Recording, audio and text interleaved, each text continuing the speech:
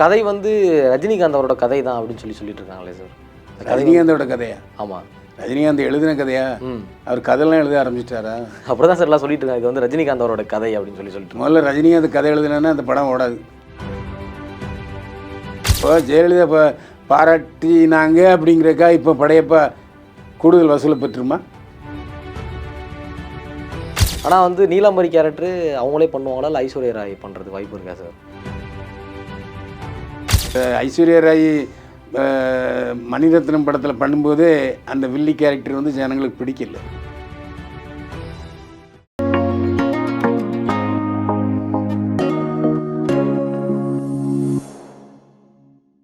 GeM cinemas நேயர்களுக்கு வணக்கம். நான் உங்கள் விஜய் அபிஷேக். இன்றைக்கி நம்ம ஜெம் செலிபிரிட்டி டாக்ஸில் யார் கூட இருக்கோம் அப்படின்னு பார்த்தீங்க அப்படின்னா நடிகர் மற்றும் திரைப்பட விமர்சகராக இருக்கிற பைல்வான் ரங்கநாத் சார் கூட தான் இருக்கோம். வணக்கம் சார். என்னை வாழ வைத்துக் கொண்டிருக்கும் யூடியூப் சேனல் நேயர்களுக்கு நன்றியும் வணக்கம். எப்படி சார் இருக்கீங்க? நல்ல ஸ்டைலாக தான் இருக்கீங்க. போனாடி டிஷர்ட்டில் வந்தீங்க, இன்றைக்கி ஷர்ட்லேயே வந்திருக்கீங்க பழைய லுக்கில். ஓகே சார், இன்றைக்கி வந்து திரைப்படங்களை எல்லாருமே விரும்பி பார்க்குறக்கூடிய படையப்பாவாக இருக்குது. அது மட்டும் இல்லாமல் படையப்பா படத்தை வந்து முன்னாடி நீலாம்பரி கேரக்டருக்கு வந்து ஐஸ்வர்யா ராயை பேசியிருந்தாங்க. அவங்க டேட் கொடுக்காதனால அவங்க நடிக்கலை. ஆனால் இப்போ பார்ட் 2 வரப்போகுது அப்படின்னு சொல்லியிருக்காங்களே சார். இதுக்கு ஐஸ்வர்யா ராய் உள்ள வரதுக்கு வாய்ப்பு இருக்கா? இல்லை, முதல்ல இனிமேல் எத்தனை படங்கள் நடிக்க போகிறார் ரஜினிங்கிறது ஒன்று இருக்குது. ஏன்னா அவர் கதையை கேட்டு நடிக்க ஆரம்பிக்கிறார் இப்போது. அப்போ அவரை திருப்திப்படுத்துறதுங்கிறது அவ்வளோ ஈஸியாக திருப்திப்படுத்த முடியாது. ஏற்கனவே ரஜினி என்ன சொல்லியிருக்காருன்னா, நான் இந்த பார்ட் 2 பண்ணுறதெல்லாம் எனக்கு விருப்பம் இல்லை அப்படின்னு சொல்லியிருக்காரு. அந்த படத்தில் சிவாஜி கணேசன், நடிகர்கள் சிவாஜி கணேசன் நடித்திருந்தார் படையப்பாவா. அந்த படம் தான் அவருக்கு கடைசி படம். ஆமாம். அதே மாதிரி அந்த படத்தில் குடும்ப சண்டைகள் பூரா அதில் இருந்துச்சு. ஏற்கனவே நிறைய படங்களில் ரஜினிகாந்த் குடும்பத்தில் சண்டைகள் சினிமாவில் வந்தது. அதை சால்வ் பண்ணுறது தான் கதையாக இருந்துச்சு.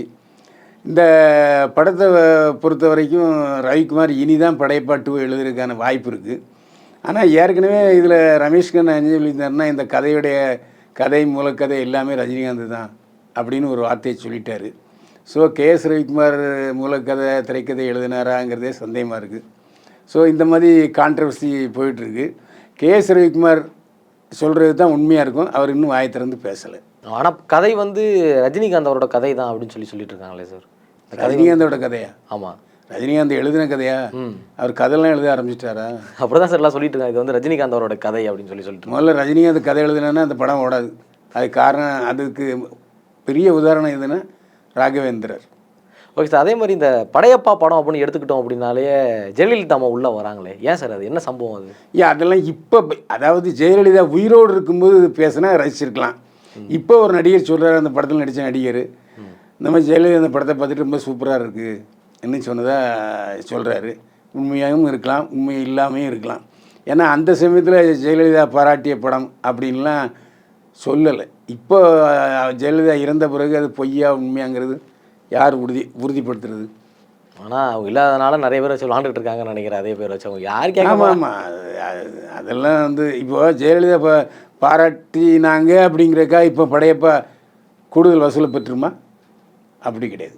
ஆனால் ஏற்கனவே படையப்பா 1 வருஷம் ஓடிச்சு அப்படின்னு சொல்கிறாங்களே சார். இல்லை, படையப்பா படத்தில் அந்த வசந்த சேன கேரக்டர் வந்து ஜெயலலிதாவை இமிட்டேட் பண்ணி செஞ்சது. அந்த சமயத்தில் ஜெயலலிதா பதவியில் இருந்தாங்க அப்படின்னு எல்லாரையும் பேசப்பட்டது. அந்த சமயத்தில் ஜெயலலிதா பார்த்துருப்பாங்களா இல்லையாங்கிற சந்தேகம். இப்போ அவுத்து விட்றாங்க, உருட்டுறாங்க. அது என்ன செய்ய முடியும்? எதனால சார் ரஜினி ஜெயலலிதாவோட எதிர்க்கணும் அப்படின்னு நினைக்கிறாரு? கட்சியை வேறு ஜெயலலிதாவை எதிர்க்கணும்னு நினைக்கல. அந்த சமயத்தில் ஜெயலலிதாவுக்கு விரோதமாக மக்களுக்கு கொஞ்சம் இருந்தாங்க. அந்த டைட் செக்யூரிட்டி அது வந்துச்சுன்னா உடனே 5 நிமிஷம் டிராஃபிக் நிறுத்துறது, அவள் பின்னாலே ஒரு 10-15 வேன் போகிறது, அப்புறம் யாரையும் அதிகமாக பார்க்கறது இல்லை, அந்த மாதிரியான விஷயங்கள் கொஞ்சம் மக்களுக்கு வெறுப்பை ஏற்படுத்துச்சு. ஆரம்பத்தில் ஜெயலலிதாவுக்கு எதிராக பிரச்சாரம் பண்ண ரஜினிகாந்தே அதுக்கப்புறம் ஆதரவாக சொன்னார். ஏன்னா ரஜினிகாந்த் படப்பெட்டியை தூக்கிட்டு போயிட்டாங்க, அதை கண்டுபிடிச்சி கொடுத்தது ஜெயலலிதா அரசு. அதனால் ரஜினிகாந்துக்கு அதை ஆதரிச்சார். எதனால சார் இப்போ பெட்டியை யார் எந்த படத்துக்கு சார் தூக்கிட்டு போனாங்க பெட்டியை? என்ன படத்துக்கு ஞாபகம் இல்லையே. பெட்டியை தூக்கிட்டு போயிட்டாங்க. ஆனால் தூக்கிட்டு போயிட்டு அதுக்கப்புறம் மறுபடியும் அதை போலீஸார் சொல்லி அதை கண்டுபிடிச்சி கொண்டு வந்து மறுபடியும் கொடுத்தது வந்து ஜெயலலிதா அவர்கள் தான். அதே மாதிரி ரஜினி சார் வந்து நான் அரசியலில் குதிக்க போகிறேன்னு சொல்லிட்டு இப்போ கடைசியாக பேக் வாங்கிட்டார். என்ன காரணமாக இருக்கும்? இல்லை, அவருக்கு உடல்நிலை எல்லா ஊருக்கும் போகணும், பிரச்சாரம் பண்ணணும். இப்போ பாவம் விஜய் மாட்டிட்டு முடிக்கிறார்ல. இப்போ ரஜினி போனார்னு வச்சுங்க, இன்னும் அதிகமான கூட்டம் கூடும். பிரச்சனை தான். அதனால் எதுக்கு நம்ம பேசாமல் நம்ம குடும்பத்தில் உள்ள பிரச்சனையே நம்மளால் தீர்க்க முடியல, நான் போய் எப்படி நாட்டு மக்கள் பிரச்சனை தீர்ப்போம்னு நினச்சிருக்கலாம் ரஜினிகாந்த். அவர் மேலே நிம்மதியாக இல்லை. அவர் நிம்மதியாக இருந்தானே மக்கள் நிம்மதிக்காக அவர் பாடுபட முடியும். ஸோ வயதான காலம்.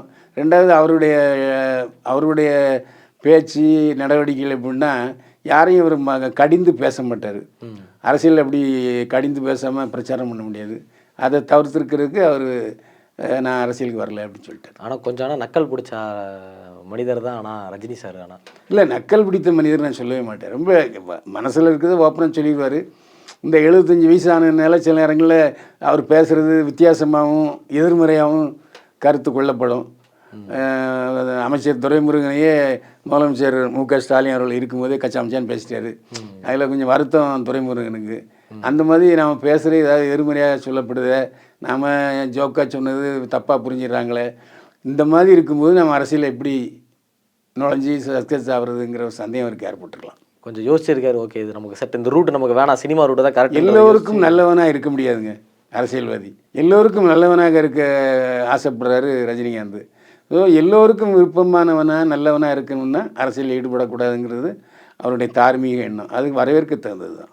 Okay sir. அதான். ஆனால் கண்டிப்பாக வந்து படையப்பா பார்ட் 2 சந்தேகம் தான் வருது. இல்லை, அது கதை தயார் பண்ணணும். அதுக்கு கே.எஸ். ரவிக்குமார் ரெடியாக இருக்கணும். கே.எஸ். ரவிக்குமாரை மறுபடியும் ரஜினி ஏற்றுக்கணும். அதெல்லாம் இருக்குல்ல. ஆனால் வந்து நீலாம்பரி கேரக்டரு அவங்களே பண்ணுவாங்களா, இல்லை ஐஸ்வர்யா ராய் பண்ணுறதுக்கு வாய்ப்பு இருக்கா சார்? இல்லை, என்ன சொன்னாலும் ஐஸ்வர்யா ராய் போய் வில்லியாக நம்ம பார்க்குறது கொஞ்சம் கஷ்டமாக இருக்கும். எனக்கே கஷ்டமாக தான் சார் இருக்கும். நம்ம அந்த ஐஸ்வர்யா ராய் மணிரத்னம் படத்தில் பண்ணும்போதே அந்த வில்லி கேரக்டர் வந்து ஜனங்களுக்கு பிடிக்கல. அவர் வேறு மாதிரியான ஆளுன்னு அந்த படத்தில் காமிச்சிருந்தார். அது ஐஸ்வர்யா ராய்க்கு புரிஞ்சுதோ பிடிக்கலையோங்கிற நமக்கு தெரியாது, ஜனங்களுக்கு பிடிக்கல. ஓகே சார், எல்லா கேள்விக்கும் ரொம்ப சூப்பராக பதில் சொன்னீங்க சார். மறுபடியும் இன்னொரு வாட்டி உங்களை நிறைய கொஸ்டினோட வந்து பார்க்குறேன் சார். நன்றி, வணக்கம். மீண்டும் சந்திப்போம். வாழ்க வளமுடன்.